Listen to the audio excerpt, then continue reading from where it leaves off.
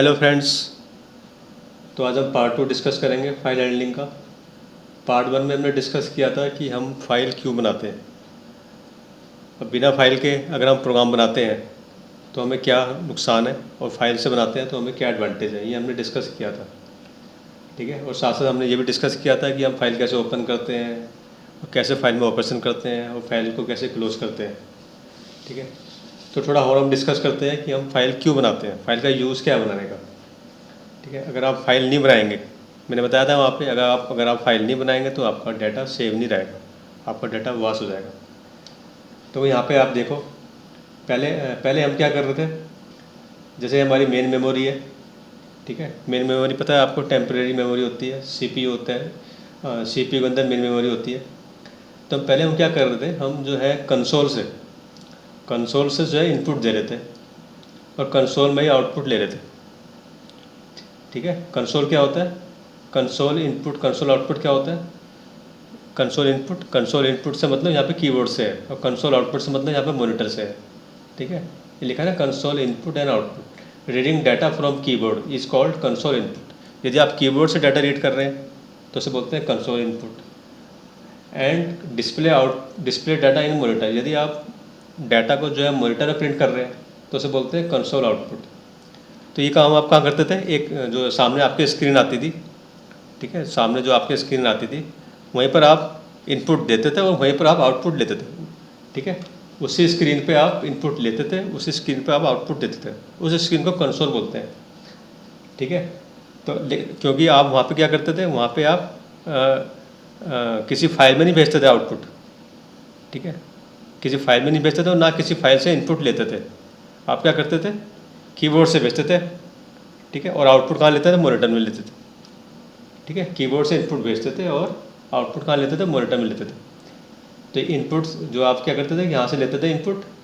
ठीक है। कीबोर्ड से लेते थे इनपुट। ठीक है। और जो है मॉनिटर में भेजते थे, मॉनिटर में आउटपुट भेजते थे।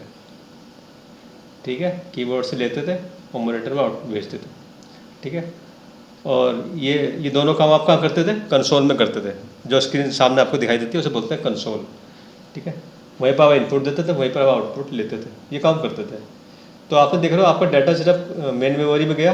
मेन मेमोरी क्या होती है, टेम्परेरी होती है, और मेन मेमोरी से ही वापस आ गया, आउटपुट आ गया। ठीक है। तो आपने कोई प्रोग्राम बनाया, ठीक है, आपने उसे रन किया, इनपुट दिया, ठीक है, और आपको आउटपुट मिल गया मॉनिटर में। ठीक है। तो वो डाटा तो मेन मेमोरी में है, वो सेव तो हुआ नहीं, क्योंकि वो आपने हार्ड डिस्क में भेजा नहीं। हार्ड डिस्क पे तो आपने भेजा नहीं, आपने सेव नहीं किया उसको हार्ड डिस्क में। ठीक है ना, तो सेव नहीं हुआ। अब आप क्या करोगे, अब आप क्या कर रहे हो फाइल में, आप करोगे क्या, फाइल में आप जो है कंसोल का यूज़ नहीं करोगे। ठीक है। कंसोल का मतलब कंसोल से आप इनपुट नहीं दोगे, कंसोल में आप आउटपुट नहीं लोगे। ठीक है। कंसोल में आप आउटपुट ले भी सकते हो, नहीं भी ले सकते हो, लेकिन कंसोल से आप इनपुट नहीं लोगे।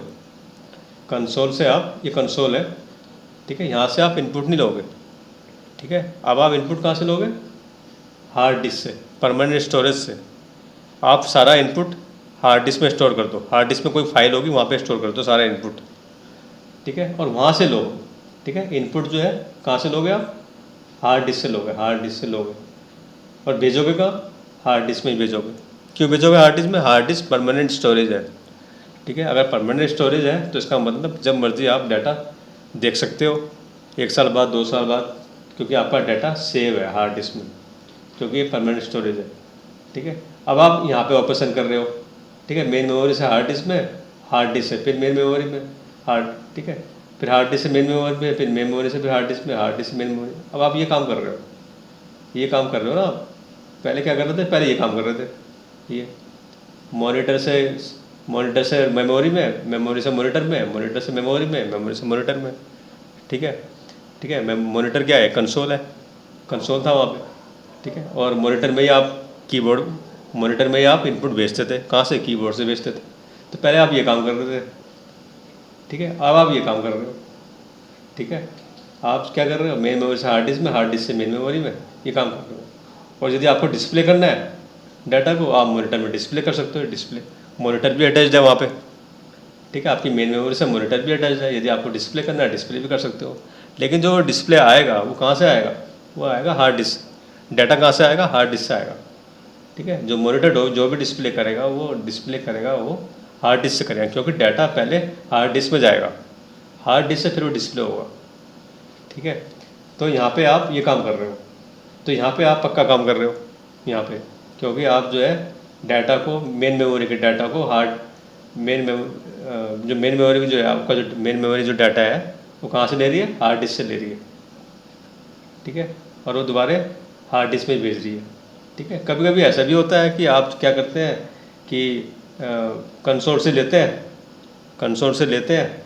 ठीक है, मेन मेमोरी में होता हुआ वो हार्ड डिस्क में चला जाता है, सेव हो जाता है परमानेंट के लिए। ठीक है, कभी कभी ज़रूरी नहीं है कि आप हमेशा हार्ड डिस्क से ही लेंगे। ठीक है, आप ऐसे भी कर सकते हैं, आप कंसोल से लिया आपने इनपुट, कीबोर्ड से लिया, मेन मेमोरी भेजा, मेन मेमोरी से आपने वहाँ भेज दिया, हार्ड डिस्क में सेव कर दिया उसको। ठीक है, लेकिन सेव करना ज़रूरी है, हार्ड डिस्क में भेजना ज़रूरी है। ठीक है, अगर आप फाइल हैंडलिंग का यूज़ कर रहे हो तो आपको जो है हार्ड डिस्क में भेजना ज़रूरी है। ठीक है, हार्ड डिस्क में भेजोगे, हार्ड डिस्क से एक्सेस करोगे। तो हार्ड डिस्क में से अगर आप हार्ड डिस्क में जो फाइल है उसको कैसे रीड करोगे? उसके लिए हमारे पास फंक्शंस हैं, रीड लाइन है। ठीक है, और हार्ड डिस्क में राइट कैसे करोगे? हार्ड डिस्क में जो फाइल है उसमें राइट कैसे करोगे? उसके लिए भी हमारे पास फंक्शन है राइट लाइन्स। ठीक है, तो अगर हार्ड डिस्क में भेजना, हार्ड डिस्क में की किसी फाइल में डाटा भेजना है मेन मेमोरी से, तो आप किसका यूज़ करोगे? Right lines. ठीक है, और अगर हार्ड डिस्क से एक्सेस करोगे, ठीक है, और मेमोरी में लाओगे तो रीड लाइन्स है हमारे पास। ठीक है, तो क्लियर हो गया ये? तो ये क्लियर होना ज़रूरी था आपको। ओके, अब यहाँ पे हम डिस्कस करने जा रहे हैं कि कौन कौन से फंक्शन यूज होते हैं हार्ड डिस्क में डाटा भेजने के लिए, हार्ड डिस्क से डाटा एक्सेस करने के लिए। ठीक है, हार्ड डिस्क के अंदर जो फाइल है उसे रीड करने के लिए कौन से फंक्शन यूज होते हैं। ठीक है, तो there are two type function in files, input and output. एक इनपुट फंक्शन होते हैं, एक आउटपुट फंक्शन होते हैं। इनपुट फंक्शन क्या करते हैं? वो रीड करते हैं। क्या रीड करते हैं? फाइल्स को। कौन सी फाइल्स को? जो हार्ड डिस्क में है। ठीक है, इनपुट फंक्शन फाइल्स को रीड करते हैं जो हार्ड डिस्क के अंदर है। आउटपुट फंक्शन क्या करते हैं? आउटपुट फंक्शन जो है राइट करते हैं डाटा को। कहाँ पे? जो हार्ड डिस्क में है। ठीक है, हार्ड डिस्क में जो फाइल है उसमें डाटा राइट करते हैं output function. This function are use to write data या output in files stored in storage device, and this function are use to read input from files stored in secondary memory. मतलब secondary memory से read करता है और ये secondary memory पर right करता है आउटपुट फंक्शन। ठीक है, तो ये सारे के सारे जो हैं रीड और रीड एन, रीड लाइन और रीड लाइन एन और रीड लाइन्स, ये तीनों के तीनों फंक्शन। ठीक है, 1 2 3 4 5 के 5 फंक्शंस क्या करते हैं? ये फाइल्स के डाटा को रीड करते हैं, फाइल्स के डाटा को रीड करते हैं जो हार्ड डिस्क में है। ठीक है, और ये क्या करते हैं नीचे वाले? ये राइट और राइट लाइन्स क्या करते हैं? फाइल में राइट करते हैं, जो फाइल हार्ड डिस्क के अंदर है उसमें डाटा राइट करते हैं, उसमें लाइन लिखते हैं, उसमें पैराग्राफ लिखते हैं। ठीक है, राइट और राइट लाइन्स क्या करते हैं? कैरेक्टर लिखते हैं, स्ट्रिंग लिखते हैं, लाइन लिखते हैं, पैराग्राफ लिखते हैं। ठीक है, तो ये सारे काम करते हैं राइट और राइट लाइन्स। ठीक है, अगर एक कैरेक्टर लिखना हो तो भी, एक लाइन लिखनी हो तो भी, एक पैराग्राफ लिखना हो तो भी, क्या करते हैं दोनों? ये फाइल्स के अंदर राइट करते हैं जो हार्ड डिस्क के अंदर। क्लियर हो गया ये? ठीक है, तो अभी हम आज पार्ट 2 में हम क्या डिस्कस करेंगे? रीड और रीड एन और राइट। ठीक है, और पार्ट 3 में हम डिस्कस करेंगे रीड लाइन डिस्कस करेंगे और राइट लाइन डिस्कस करेंगे। लेकिन पार्ट 2 में हम क्या डिस्कस कर रहे हैं? रीड और राइट। इसके हम प्रोग्राम भी बनाएंगे। ठीक है, रीड और रीड एन में क्या अंतर है और राइट का क्या यूज है, ये हम डिस्कस करेंगे पार्ट 2 में जो अब चल रहा है, और इसके हम प्रोग्राम भी बनाएंगे। और फिर पार्ट 3 में हम रीड लाइन्स डिस्कस करेंगे। ओके, फर्स्ट फंक्शन है रीड और रीड एन। ठीक है, रीड ब्लैंक भी हो सकता है और रीड के अंदर एन भी हो सकता है, मतलब नंबर ऑफ कैरेक्टर्स, कितने कैरेक्टर रीड करने हैं आपको। रीड के अंदर एक पैरामीटर भी हो सकता है और रीड जो है विदाउट पैरामीटर भी हो सकता है। ठीक है, अगर रीड विदाउट पैरामीटर है, रीड के अंदर कोई पैरामीटर नहीं है, तो इसका मतलब क्या है? इसका मतलब ये है the read function reads entire file. अगर रीड के अंदर कोई पैरामीटर नहीं है तो इसका मतलब ये हुआ कि रीड फंक्शन जो है पूरी फाइल को रीड कर लेगा। फाइल के अंदर जितने भी कैरेक्टर का मतलब ये नहीं कि ABCD, कैरेक्टर का मतलब everything, space, dot, alphabets, digits, everything, सब कैरेक्टर्स हैं, ठीक है, जो भी है कुछ उसके अंदर सब कुछ रीड कर लेता है। तो read function reads entire file, पूरी फाइल रीड कर लेता है, ठीक है। वाइल अगर आप रीड एन लिखेंगे, रीड एन का यूज़ करेंगे तो ये reads at most n bytes या एन कैरेक्टर्स। तो ये सिर्फ अगर आपने लिखा रीड 10 और आपकी फ़ाइल के अंदर 1000 कैरेक्टर है, suppose 1000 character including space, dot, comma, 1000 character, और आपने लिखा रीड 10, तो सिर्फ 10 कैरेक्टर रीड करेगा, फर्स्ट 10 कैरेक्टर रीड करेगा वो, सिर्फ फर्स्ट 10, ठीक है। अगर आपको सिर्फ फर्स्ट 10 कैरेक्टर रीड करने हैं तो आप लिखेंगे रीड 10, और यदि आपको सारे कैरेक्टर रीड करने हैं तो आप लिखेंगे खाली रीड। क्लियर? देखो इसका सिंटेक्स क्या है, file object dot read n. तो यहाँ पे फाइल ऑब्जेक्ट लिखेंगे जो भी आपने फाइल ऑब्जेक्ट यूज़ कर रखा है, जैसे लिखते ना वहाँ पे FP इक्वल टू ओपन लिखते ना वहाँ पे FP, तो वही वाला FP यहाँ पे यूज़ करेंगे, FP, ठीक है। फाइल ऑब्जेक्ट क्या है आपका FP, और आप मैं बता दूँ FP क्या है, एक आइडेंटिफायर है, ठीक है। ज़रूरी है आप FP लो, आप कुछ भी ले सकते हो क्योंकि आइडेंटिफायर है। आइडेंटिफायर के रूल्स आपको पता ही हैं, यहाँ पे XYZ भी ले सकते हो FP की जगह, ठीक है, ABCD कुछ भी ले सकते हो। तो फाइल ऑब्जेक्ट क्या है हमारा, अगर आपका फाइल ऑब्जेक्ट FP है, ठीक है, FP डॉट रीड एन, तो एन लिख देंगे यहाँ पर, ठीक है। और यदि आपका अगर आपने सपोज आपको n कैरेक्टर रीड करने हैं तो आप n लिखेंगे, और यदि आपको सारे कैरेक्टर रीड करने हैं तो आप FP डॉट रीड लिखेंगे। क्लियर? अब नीचे आ जाओ, थोड़ा एग्जांपल दे रखा है, ठीक है। सपोज़ आपकी फ़ाइल है ये info.txt, ये आपको रीड करनी है। info.txt पहले से बनी हुई है, ये फाइल पहले से बनी होनी चाहिए, ये आपको रीड करनी है, ठीक है। तो आपने लिखा इस फाइल का पॉइंटर क्या है, info.txt का FP, यानी कि आप info.txt के अंदर कैसे जाएंगे, FP के थ्रू, FP ले जाएगा आपको इसके अंदर, ठीक है। तो इसलिए आपने लिखा है FP डॉट रीड 15। इसका मतलब क्या है कि FP 15 कैरेक्टर रीड करेगा, किसके, info.txt के, और काम किसे दे देगा, X को दे देगा, X को सौंप दिया आपने, ठीक है। यानी कि X के अंदर 15 कैरेक्टर आ गए और आपने इसको प्रिंट कर लिया, ठीक है। ये लिखा हुआ है रीड 15, सपोज रीड 15 क्या है, read 15 will read at most 15 character from file info.txt and will display on screen, और प्रिंट X लिखा है, ठीक है। प्रिंट कौन सा फंक्शन होता है, कंसोल इनपुट आउटपुट फंक्शन है। मतलब अगर आप प्रिंट X लिखेंगे तो कहाँ पे प्रिंट होएगा, कंसोल में। कंसोल का मतलब मॉनिटर में प्रिंट होगा, ठीक है। प्रिंट फंक्शन जो है कंसोल इनपुट आउटपुट फंक्शन होता है, कंसोल आउटपुट फंक्शन होता है, ठीक है। तो ये प्रिंट X का करेगा, किसी फाइल में नहीं भेजेगा ये, अगर आपने प्रिंट लिखा है तो किसी फाइल में नहीं भेजेगा, कहाँ भेजेगा, कंसोल में, मॉनिटर में भेजेगा। अगर आप राइट लिखेंगे, राइट, तब भेजेगा किसी फाइल के अंदर, ठीक है। तो प्रिंट X लिखा है तो ये 15 कैरेक्टर कहाँ आ जाएंगे, कंसोल में आ जाएंगे, जिसमें जहाँ पे आप अब तक आए आपके आउटपुट आते हैं, ठीक है।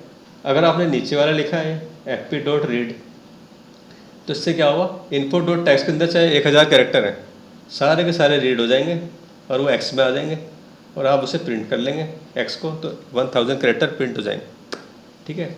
अच्छा, इसमें एक चीज़ और भी देख लें, जैसे FP डॉट रीड 15, यहाँ पे लिखा ना will read at most 15 character, ठीक है, एट मोस्ट 15 कैरेक्टर, मतलब अगर सपोज आपके जो है कैरेक्टर जो है आपकी फ़ाइल में सिर्फ 10 ही हैं, ठीक है, तो 10 है या 5 ही हैं, तो आपने 15 लिख दिया, ठीक है। तो उससे कोई फर्क नहीं पड़ता, वो तो जो है 15 कैरेक्टर तक जाएगा, ठीक है। अगर 10 है तो 10 ही कैरेक्टर आएंगे, 5 है तो 5 ही आएंगे, 15 का मतलब ये नहीं कि 15 आएंगे, जब वहाँ पे 15 है ही नहीं, ठीक है। तो मतलब अधिक से अधिक 15 आएंगे, 15 से ज़्यादा नहीं आएंगे, ठीक है। यहाँ हो गया FP डॉट रीड, इससे क्या होगा, सारे कैरेक्टर रीड हो जाएंगे, सारे के सारे, और कहाँ, कंसोल में प्रिंट हो जाएंगे। कंसोल उसे ही बोलते हैं जहाँ पे आप अब तक करते आए, स्क्रीन, मॉनिटर की स्क्रीन को बोलते हैं। Will read entire data from file info.txt and will display on screen, ठीक है। अब आ जाओ राइट पे, ठीक है। जब आप रीड चलाओगे, रीड या रीड एंड चलाओगे, तो उसके साथ आपको राइट भी चलाना पड़ेगा, ठीक है।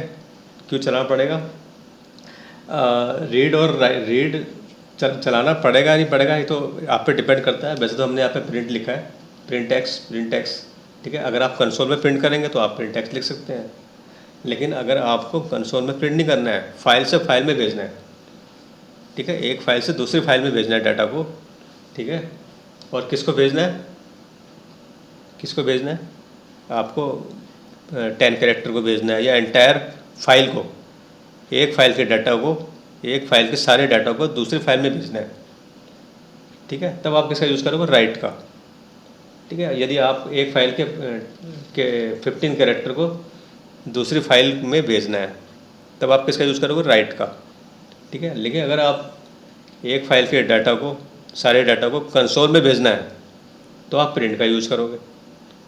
अगर आपको डायरेक्ट फाइल में भेजना है तो आप राइट का यूज़ करोगे। अब दोनों में डिफरेंस है, एक प्रिंट फंक्शन है, एक राइट, दोनों से प्रिंट होता है, प्रिंट से भी प्रिंट होता है, राइट से भी प्रिंट होता है, लेकिन प्रिंट से प्रिंट कहाँ होता है, कंसोल में, ठीक है। और जब जब प्रिंट जो है प्रिंट एक्स करता है वो सेव नहीं रहता, ठीक है, कंसोल में कोई भी चीज़ सेव नहीं होती, तो ये प्रिंट एक्स से प्रिंट जो भी प्रिंट करोगे वो सेव नहीं होएगा, वो डिलीट हो जाएगा, क्योंकि वो मेन मेमोरी में है, वो मेन मेमोरी में है। लेकिन जो राइट जो करेगा, राइट जो करेगा वो परमानेंट सेव करेगा। और राइट जो है हमेशा राइट कहाँ करता है, फाइल के अंदर राइट करता है, वो किसी कंसोल में नहीं करता, वो हमेशा फाइल के अंदर राइट करता है। और फाइल तुम्हें पता है फाइल सेव रहती है, फाइल जो है हार्ड डिस्क में रहती है, वो हार्ड डिस्क में सेव हो जाएगा आपको, ठीक है। तो राइट ज़्यादा बेटर है, प्रिंट तो टेम्परेरी है, प्रिंट तो सिर्फ देखने के लिए है, देख लिया आपने, कंप्यूटर बंद कर दिया गया, ठीक है। अगर राइट से करोगे, राइट से तो डाटा आपका सेव रहेगा हमेशा के लिए, ठीक है, क्योंकि आप फाइल में राइट करोगे, ठीक है। तो write function is use to write all characters और स्पेसिफाइड नंबर ऑफ कैरेक्टर्स। इसमें भी ऐसी है, अगर आपको सारे कैरेक्टर भेजने हैं तो भी आप राइट का यूज़ करोगे, ठीक है। यदि आपको सिर्फ 15 कैरेक्टर भेजने हैं तो भी आप राइट का यूज़ करोगे, ठीक है, दोनों में इसका यूज़ करोगे, ठीक है। यानी कि आप अगर आप रीड चला रहे हैं, रीड चला रहे हैं तो भी आप राइट का यूज़ करोगे, यदि आप याला रीड चला रहे हैं तो भी आप राइट का यूज़ करोगे, दोनों केस में आप राइट का यूज़ करोगे, ठीक है। इसमें पैरामीटर्स होते हैं, इसमें एक पैरामीटर लेना पड़ेगा आपको, ठीक है। तो write function is use to write all characters और specified number of characters to specified. यदि आपको सारे कैरेक्टर भेजने हैं फाइल के अंदर, पूरी फाइल भेजनी है, एक फाइल दूसरी फाइल में कॉपी करनी है एक तरीके से, तो आप राइट का यूज़ करोगे। या आपको सिर्फ 15 कैरेक्टर एक फाइल से दूसरी फाइल में भेजने हैं तो भी आप इसका यूज़ करोगे, ठीक है। तो इसका सिंटेक्स क्या है, file object dot right variable, इसमें एक पैरामीटर आता है, ठीक है, ये ब्लैंक नहीं रहता, ठीक है, ये जो है ब्लैंक नहीं होता, ठीक है। यहाँ पे आप जो है लिख सकते हो एन, ठीक है, एन लिख सकते हो, तो ये ब्लैंक नहीं होता, यहाँ पे आप एक पैरामीटर आता है, ठीक है। जैसे यहाँ पे F P dot right x, इसका मतलब क्या है, एक्स के अंदर जो भी होगा, एक्स के अंदर जो भी होगा, ठीक है, वो कहाँ राइट हो जाएगा, एफ पी के अंदर। एफ पी क्या है, किसी फाइल का पॉइंटर है, एफ पी किसी फाइल का पॉइंटर है, यानी कि एक्स के अंदर सपोज 1000 कैरेक्टर है, ठीक है। जैसे यहाँ पे देखो ना आप, ये यहाँ पे देखो आप, एक्स के अंदर कितने हैं, एक्स के अंदर इसने क्या करा, सपोज एफ पी के अंदर, एफ पी कोई फाइल है इन्फो डॉट टेक्स्ट, उसका पॉइंटर है ये, तो एक्स के अंदर 1000 कैरेक्टर है, ठीक है, एक्स के अंदर। तो आप इसके बाद आप ये ना लिखो, प्रिंट एक्स ना लिखो, ये लिख दो F P dot right x, F P dot right x, ठीक है, या एफ पी वन लिख दो, F P one right x. तो ये जो 1000 कैरेक्टर है ये किस में राइट हो जाएंगे, एफ पी वन में, और एफ पी वन जो है कोई दूसरी फाइल है, उसका पॉइंटर है एफ पी वन, कोई दूसरी फाइल है इन्फो टू मान लो, ठीक है, इन्फो टू, ठीक है, का पॉइंटर है एफ पी वन, ठीक है, समझ आ गया। F P dot right x, यानी कि एक्स के अंदर जो भी है वो कहाँ राइट हो जाएगा, एफ पी, और एफ पी जो है किसी फाइल का पॉइंटर है। अभी हम इसका एक प्रोग्राम करते हैं तो हम क्लियर हो जाएगा।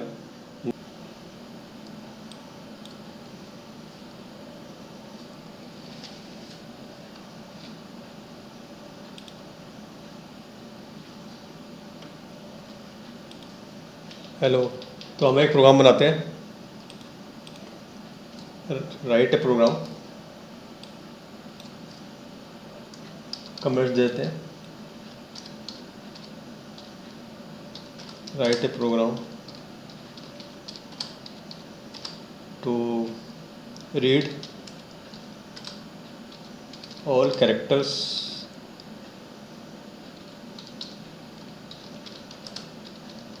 From file info dot text and display it on screen. ये हम प्रोग्राम बना रहे हैं, हमने ट्रिपल कोट्स में दे दिया इसको, मैसेज दे दिया, ठीक है। अब हम लिख रहे हैं fp इक्वल टू ओपन, और यहाँ हमने दे दिया info डॉट टेक्स्ट।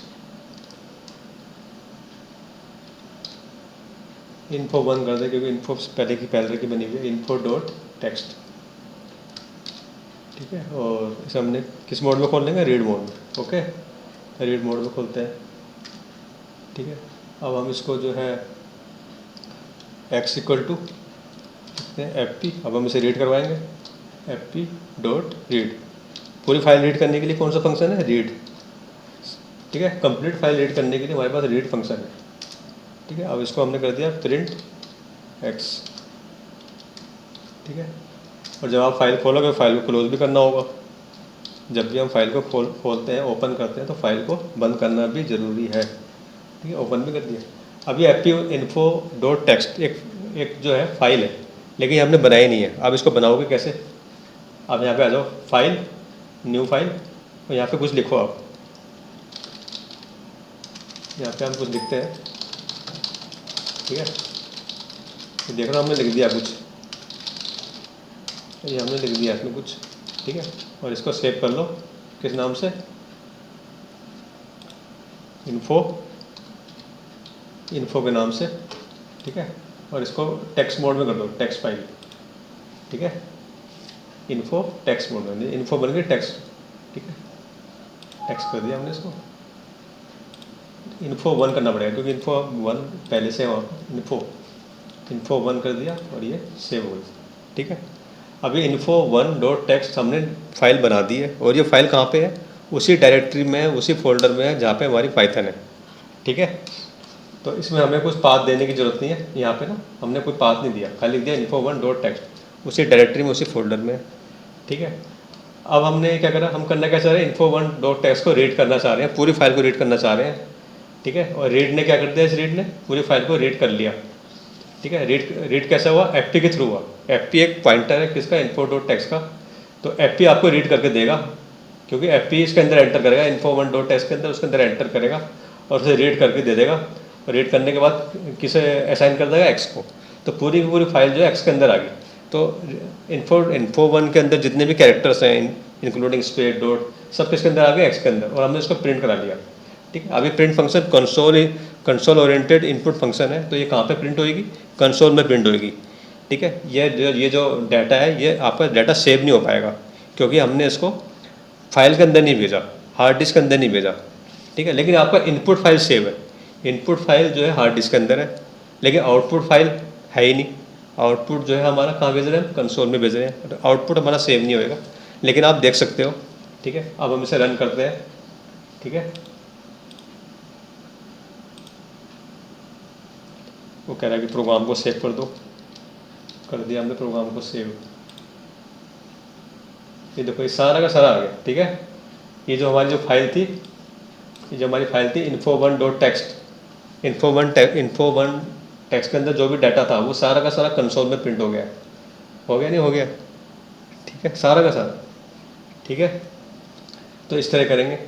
और ये तो था write a program to read all characters, ठीक है, all characters from file info dot text and display it on screen, ठीक है। अब अगर आपको दूसरा बनाना हो, उसको दूसरा क्या बनाना, सिर्फ आपको 15 कैरेक्टर रीड करने हैं, किसके, इन्फो 1 डॉट टेक्स्ट के सिर्फ 15 कैरेक्टर रीड करने हैं, इंक्लूडिंग स्पेस वगैरह, ठीक है।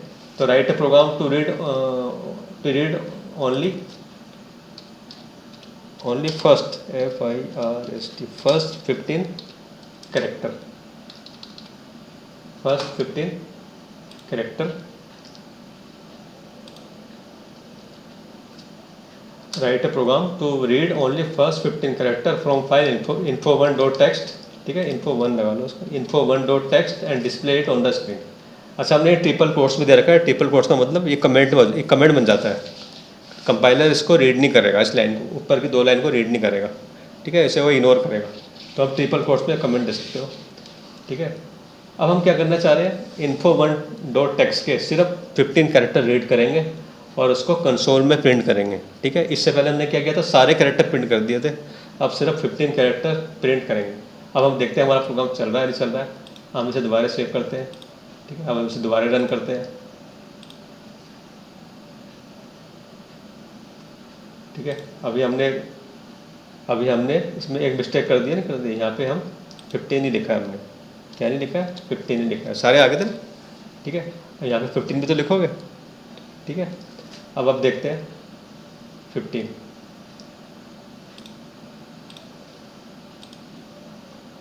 ये देखो सिर्फ 15 कैरेक्टर आ रहे हैं, 15 कैरेक्टर। अगर आपको 15 कैरेक्टर लिखने हैं तो यहाँ पे 15 लिखना पड़ेगा। ठीक है, तो आप इनको गिन लो, 1 2 3 4 5 6 7 8 9 10 11 15 कैरेक्टर है, इंक्लूडिंग स्पेस 15 कैरेक्टर है। ठीक है, लेकिन कहाँ प्रिंट हो रहे हैं, कंसोल में प्रिंट हो रहे हैं। क्लियर, समझ में आ गया आपको। अगर कंसोल में प्रिंट करना है, अब यहाँ पे क्या हो रहा है, हमारा इनपुट डाटा तो सेव है हार्ड डिस्क के अंदर, लेकिन आउटपुट सेव नहीं है। हम चाह रहे हैं कि हमारा इनपुट भी और आउटपुट भी दोनों सेम हो। जब इनपुट भी आउटपुट भी दोनों सेम हो तो उसके लिए हम क्या करेंगे, उसके लिए भी हम देखते हैं। ये आपको क्लियर हो गया।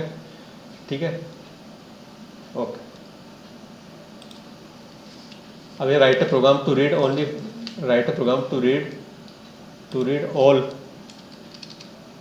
Read all characters, write a program to read all characters from file info1.txt and display it on info2.txt। ठीक है, अब हम इसे info1.txt में तो ये है ही, पूरी फाइल है। ठीक है, info1.txt से info2.txt में भेजेंगे इसको। ठीक है, अब हम क्या करेंगे, info1.txt के अंदर जो जितने भी कैरेक्टर्स हैं वो सारे के सारे कहाँ जाएंगे, info2.txt में। यानी कि इनपुट कहाँ से लेगा वो, अब इनपुट भी और आउटपुट भी। इनपुट कहाँ से लेगा, info1 से, और आउटपुट कहाँ भेजेगा, info2.txt में। कंसोल में कुछ नहीं आएगा, कंसोल में कुछ नहीं आएगा। वो इनपुट कहाँ से लेगा, info.txt से जो हार्ड डिस्क के अंदर है, और info2.txt भी हार्ड डिस्क के अंदर अपना आप क्रिएट हो जाएगी। अभी है वही नहीं क्रिएट। ठीक है, जब हम राइट मोड में खोलते हैं वो अपना आप क्रिएट हो जाती है। info2.txt अभी क्रिएट हो जाएगी, और क्रिएट होने के बाद info1 का डाटा info2 में चला जाएगा। ठीक है, अब हम देखते हैं कैसे जाएगा। ठीक है, अब आपने क्या करा, रीड तो कर लिया आपने, अब आप इसको वो भी तो करोगे। ठीक है, एक ये पॉइंटर किसका है, fp1।